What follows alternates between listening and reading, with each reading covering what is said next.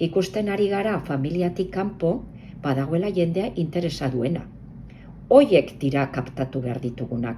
Eta hoiei tokia egin behar diegu. Eta orduan bilatu behar ditugu lan egiteko modu berriak, antolatzeko modu berriak, harremanak lantzeko modu berrik. Osea, kultura berri bat sortu behar dugu.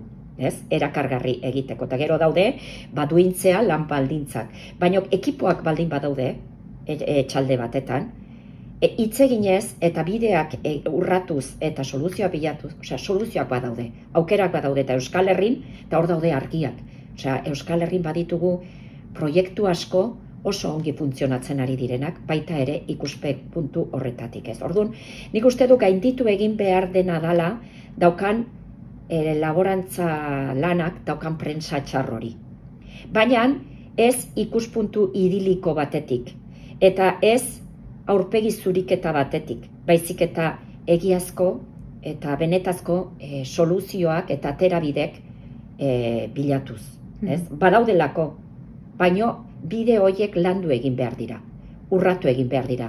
Eta hor eskatzen digu buru irekitze bat, bai guri baserritarroi, baino baita ere kaleko jenderi.